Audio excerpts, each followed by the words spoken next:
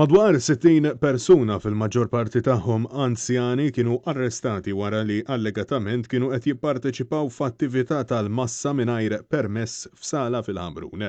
Il-każ seħħ wara nofsinhar fit-triq il-kbira San Giuseppe fejn allegatament kienet għaddejja attività ta' tombla, attività li tmur kontra l-miżuri ta' mitigazzjoni imposti mill-awtoritajiet tas-saħħa sabiex jittaffa l-impatt tal-firxa tal-pandemija.